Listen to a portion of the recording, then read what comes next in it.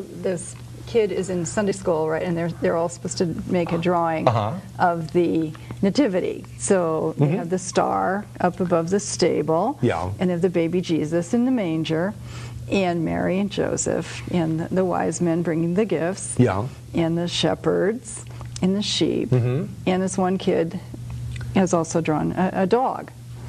A dog? And so like, where's the dog? Which gospel mentions that there was a dog? And so the Sunday school teacher says, well, what's this dog doing here? And he says, well, that's one of the shepherds.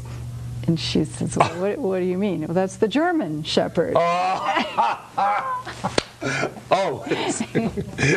Welcome to Progressive Soup.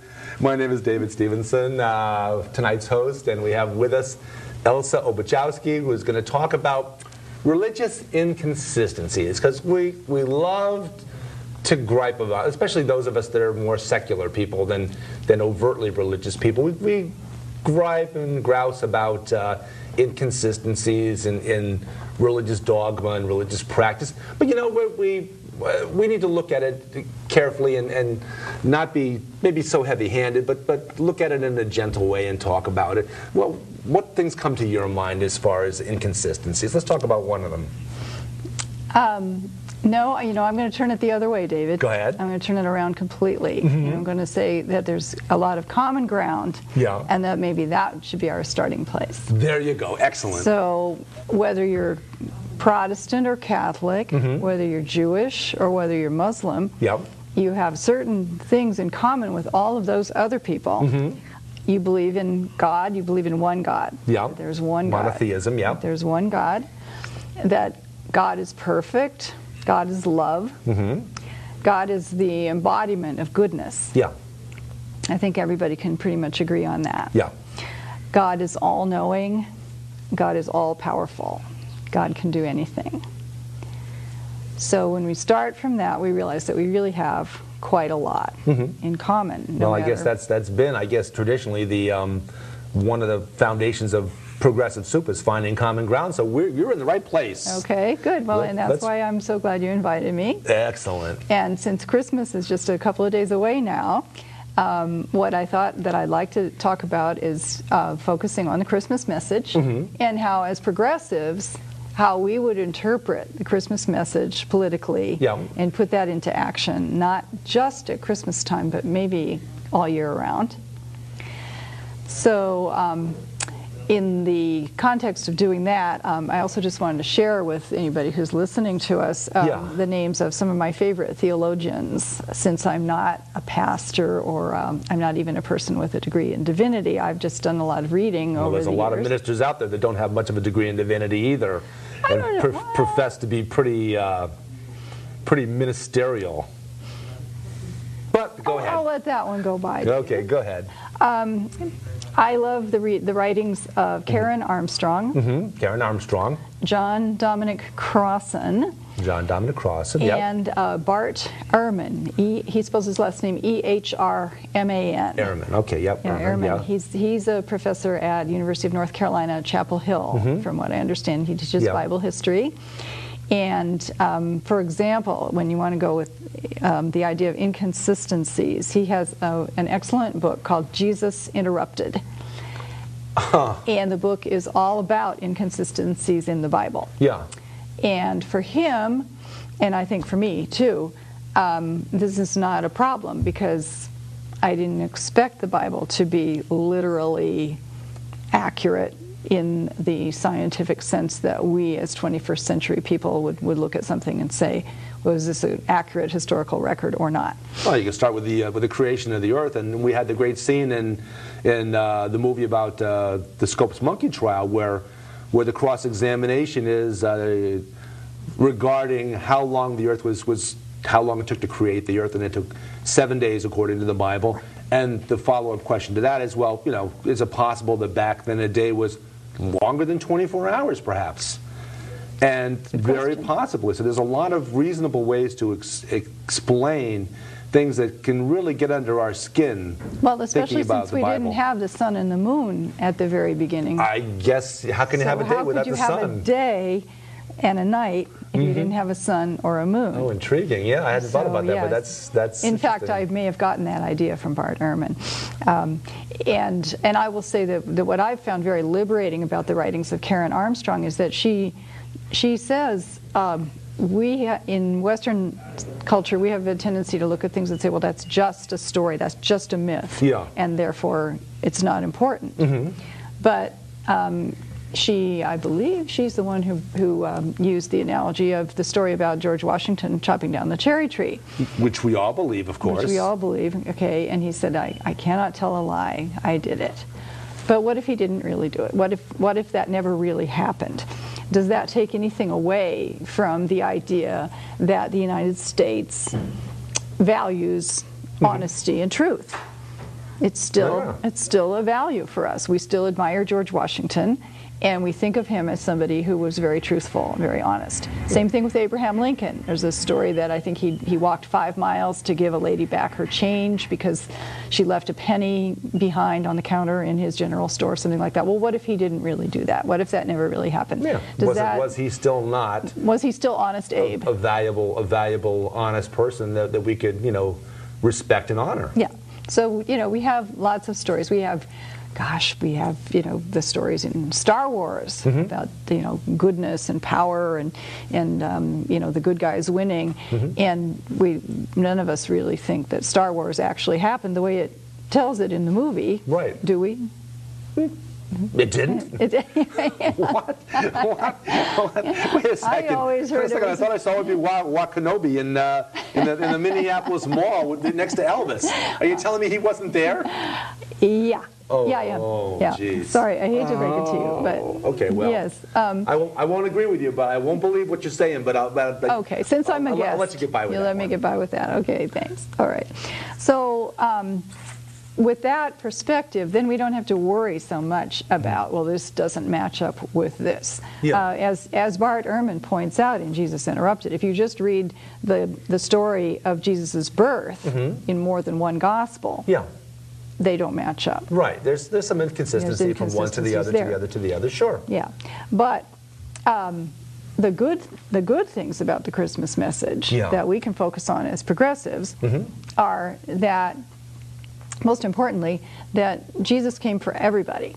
Not just the people who were Jewish at that time, and not just the people now who say, well, I'm a good Christian. He didn't come just for the people who are good Christians. Right. And in fact, we have this wonderful cartoon here, and you can get this online from nakedpastor.com. Okay, we're going to bring the camera on this so people can kind of see it, but I want you to, the explanation is going to be in your explanation. Yeah, this is a cartoonist, David Hayward, up in Canada, who drew this thing. And so as you can see, you've got the angel. You've got the angel appearing to the shepherds out on the hill. There's a couple little sheep there. And he's saying, I bring you glad tidings for all people. And then the cartoonist is editorializing on here. And he's saying, oh, you don't mean all. You just mean all the people who believe in my interpretation of these events, right? And the cartoonist goes on and editorializes on some more parts of the message, like the part about peace, that I'm bringing a message of peace, and he's saying, well, you have no idea how many wars are going to be fought over this whole thing. Very sad. That draws a lot. And that draws a lot of people's ire about Christianity, not just people from other faiths, but Christians too, about the whole idea of the Crusades and not just Christianity, other religions, some radical elements of other religions, just like radical elements of Christianity, use the religion as an excuse to do some terrible things. As an excuse for hostility, as an excuse for oppressing people who don't the Inquisitions, and you could go down the list. Well, get into the modern times. In fact, I was brought up with the idea that the Holocaust was more like the Spanish Inquisition, that what the Germans had done. I want our viewers to understand that I don't believe this, but this is what I was told when I was a kid, that the Jews were told, well, you either accept Jesus or we're going to send you to a concentration camp. And the reason that all the German Jews had to go to the concentration camps was because they wouldn't accept Jesus. Well, I think there was a guy named Adolf Hitler that had a little problem accepting Jesus. Yeah, well, it wasn't the Jews. I mean, we know it Right. wasn't just that, because they were searching people's family histories, and they were doing all kinds of things. And of course, they came after other groups besides the Jews. Yeah, they they started didn't with have the a gypsies. choice. Sure. The gypsies and homosexuals and everybody that didn't quite fit. People who were mentally ill. The Nazi mold of perfect, the master race. Right, right. So, yeah, there are lots of interpretations of that, and a lot of sad things that have happened in the name of religion. Yeah. But again, to turn it back to the positive side and to speak progressively again here, I was thinking when I was in church a couple of weeks ago about the verses that were being read for Advent, and how those are really, they're very, very progressive verses. We've got Matthew, the Gospel of Matthew, where he's talking about John the Baptist, and John the Baptist is saying, bear fruit that befits repentance. Do not presume to say to yourselves, we have Abraham as our father. Like, because we're Jewish and we're descended from Abraham, we're better than everybody else. He says, don't presume to say that. For I tell you, God is able from these stones to raise up children of Abraham. So, I mean, if God wanted to just take the soup bowl and put children of Abraham in there, God could do that. So don't think that you're better just because you're descended from a certain person. And of course, in the ancient world, lineage was like everything. In the, and that's the whole premise of I think the Jews and the Palestinians. The whole argument is who's the descendant of Abraham and his wife, and who's the descendant of Abraham and the slave. The slave, yeah. And they both try to present themselves. Both sides try to present themselves, of course, as the child of the marriage, rather than the child of the adultery with the slave, the raping of the slave. Right. And so in Matthew, John the Baptist is telling the people, none of that matters. This is going to be for everybody, and he's going to come and he's going to judge everyone. And according to their own behavior, rather than what they do, rather than who they are. Yeah. The way that Martin Luther King talked about being judged not by the color of your skin, but by the content of your character. Exactly. Okay. Exactly. Yes, and then that's what John the Baptist is talking about. And then we go back to the Psalms. This particular psalm for Advent was Psalm 72, and among other things, it says, "May he judge thy people with righteousness, and thy poor with justice." So you don't judge the poor by just saying, "Oh, they're icky." You know, I think there was some movie maybe from as long ago as the 1930s where a man, I think it was a young Jimmy Stewart, if I remember correctly, he's saying, "I hate the poor. You know, they live in the worst part of town. They dress in horrible clothes. Their houses are so ugly. They eat the worst food. You know, I can't stand them." And one of the other characters says to him, "You are a snob." And he says, "Yeah, no doubt, no doubt." Yeah, but don't a lot of us feel that way, even if we're not going to come out and say it? It's certainly easy enough to walking down the street to steer clear of people that are from lesser means. It's easy enough to do that. I think it's a natural. It's the dark side of us, but it's a natural thing, unfortunately, to kind of not want to associate with people that are if for no other reason sometimes because we're afraid that their bad luck will rub off on us. Yeah, there could be that. Yeah. So this psalm says, "May he judge thy poor with justice," not with snobbery. Okay. "And let the mountains bear prosperity for the people, and the hills in righteousness. May he defend the cause of the poor of the people, give deliverance to the needy, and crush the oppressor." Now, the crushing the oppressor is where we start getting into Jesus. Yeah, that's a little heavy on those amongst our Christian brethren who would like to believe that the point of Christianity is to get wealthy. That somehow, if you're a Christian, you'll be blessed. You'll be blessed, and you'll do the right networking with the right people, and have those things that maybe you wouldn't have had if you didn't network properly in the right church with the right crowd. Yeah, so you'll be blessed financially as well as which I don't think is necessarily what this whole thing with Jesus is about. Right. And that's where, if we go to Isaiah, the book of Isaiah, and then the book of Romans in the New Testament, where the Apostle Paul is looking back and recalling what was said in Isaiah. Now, you know, a lot of the verses from Isaiah are very familiar to any of us who listen to Handel's Messiah. Yes. And I just sang in a performance of Messiah on Saturday night with the Norwalk Symphony just a few days ago. Messiah is just a fabulous piece of music, just uplifting. Yep, it sure is, yeah. So, you know, in Messiah, you remember the verse about every valley shall be exalted, the crooked made straight, and her iniquity is pardoned, and he shall bring peace, and the government shall be upon his shoulder. Certainly, yeah. And he shall be called Wonderful, the Prince of Peace, Everlasting Father.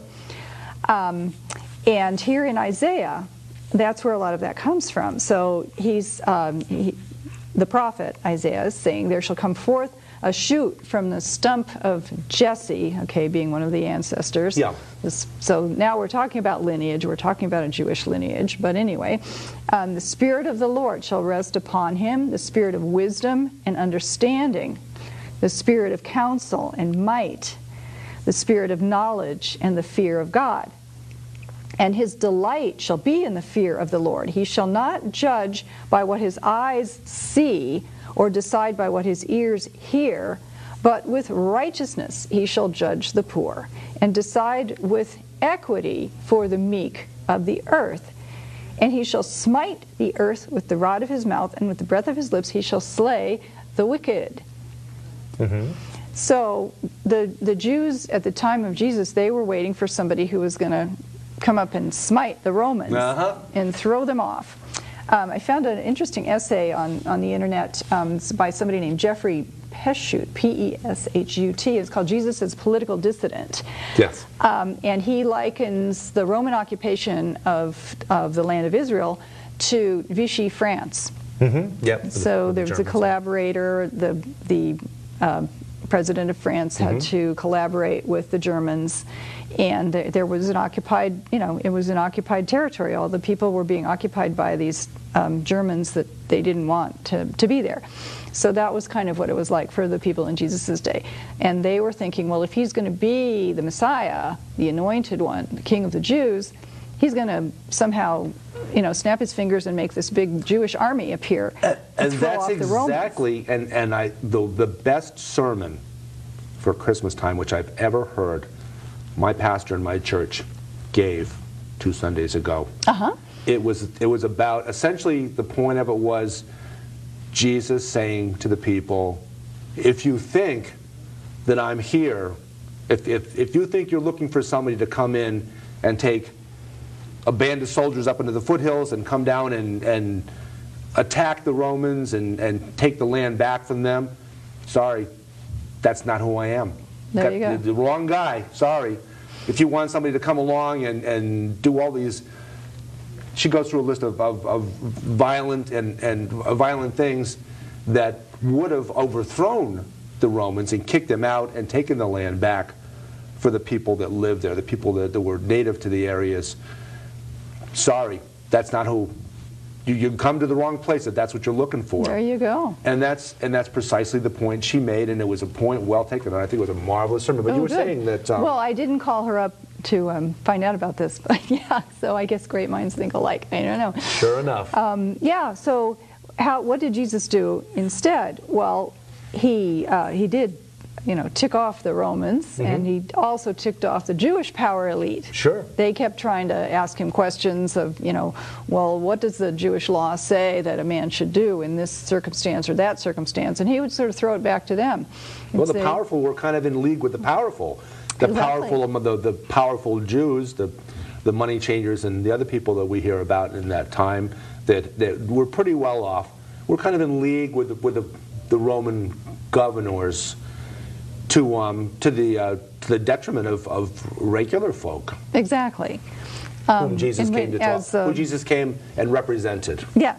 And as political progressives, we might think of some of the people in Congress in the same way as, you know, where do they really owe their allegiance? Do they owe it to their campaign contributors and to the lobbyists, or do they owe their allegiance to the everyday voters who elected them? How in the world can some of the folks in Congress, and amongst them Russ Feingold, who was just voted out, and a lot of people that are still there, Pat Leahy, that do a great job. You have to wonder how in the world they haven't been corrupted, and yet it's quite clear that folks like Pat Leahy, and also from Vermont, Bernie Sanders, yeah. and my good and dear friend from Vermont, former Governor Howard Dean. Okay. How in the world were they not corrupted when it's clear that they weren't corrupted, that they do shine as beacons of honesty and truthfulness, and true to America's values, the values that have come to be part of America. Maybe some of them weren't there in the beginning,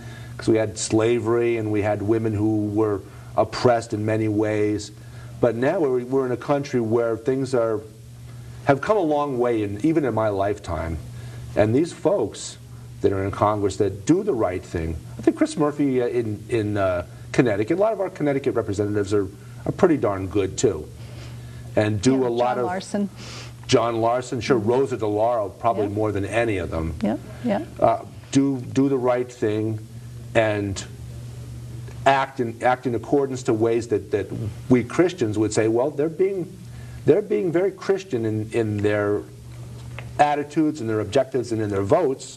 Right. I mean, if we're saying that we should decide with equity for the meek of the earth, I think that means a level playing field. Yeah. I think that means give everybody an equal chance. Sure. So you want to have a certain amount of a social safety net, and you want to have public education that's accessible to everybody. You know, you want to even things out. I mean, I don't have any children, so should I say that I don't want to pay the portion of my property tax that goes for schools? That's a battle that's always been fought. Because I never used the schools? And I've seen it in Bethel, and it's a natural battleground that even people that have children, once their children are grown and out of the school system, they start to be a little bit more critical of money spent on the next generation of kids going through the schools. Which I think is very, very foolish, because you want to live in a country where everybody's educated. Absolutely. You don't want to have people running around functionally illiterate and unable to make change and unable to figure out their household budget because they can't add up the numbers. You know, you want everybody to have a certain level of education, to understand how government works, to understand what voting is for. And we didn't have that literacy really, in fact, until fairly recently in American history. We didn't have public schools. So these are things that have evolved as our Constitution has evolved. These are things that have evolved into being part of our culture, and they're darn good things, you know. So when people talk about the good old days, they better not go back too far, because if they go back 150 years, they have slavery. If they go back 90 years, they have women except in 1 or 2 states, not being allowed to vote. Yep. You know, those are the good old days that people are looking for. I hope not. Yep. Oh, there's a joke about the Soviet Union. They asked some elderly people, do you like the way things are now under Perestroika, or did you prefer the way things were under Stalin? Under the heavy hand of Stalin. Yeah. And they said, oh, we liked it under Stalin. That's what they were used to, I guess. Well, no, and the guy asked them why. And they said, because we were young then. Fair enough. Okay. Well, gosh, it's always better if you're young, right? Oh, absolutely. You've got more energy. You've got more hope for the future. You've got more options. So my joke about Soviet Russia has always been there's a communist explaining communism to a non-communist, and the non-communist asks, well, as I understand it, under communism, if you have 2 horses and I don't have a horse, you give me a horse and we both have a horse. And the communist says, yeah, that's true. And if you have 2 goats and I don't have a goat, you give me a goat and we both have a goat. That's true. And if you have 2 cows, and the communist says, no. Well, what do you mean? 2 horses, 2 goats, why not 2 cows? And the communist says, I've got 2 cows. And that's the failing of communism, unfortunately, is that human nature sometimes gets the better of us. Yeah, we want to hold on to what we have. Yeah. We want things to get better for other people, just not at our expense, not at our sharing involved. But so the inconsistencies in the Bible that we're talking about further. Got another one? I didn't come so much to talk about inconsistencies as about common grounds, and about just taking the Christmas message and using it as progressives. So, you know, continuing with the New Testament and the life of Jesus, okay, and we had these prophecies from Isaiah that he will bring peace, and that the government will be on his shoulder and so forth. And then the Apostle Paul is writing to the Romans. He's saying that as it is written, therefore I will praise thee among the Gentiles and sing to thy name, and rejoice, O Gentiles, with his people. Praise the Lord, all Gentiles, let all the people praise him. Now, Paul himself was Jewish, but he's saying that this is supposed to be for everybody, and that it didn't just come from Paul's lifetime, that when he looks back into the older Hebrew scriptures, he's saying that it says here that when the Messiah comes, he's coming for everybody, not just the Jews. And how did Jesus live that out? Well, one way, and he didn't travel outside of the land that we call Israel now. Right. So, not that we know of, although of course there's perhaps what we would call folklore tales about him appearing in North America and other parts of the world.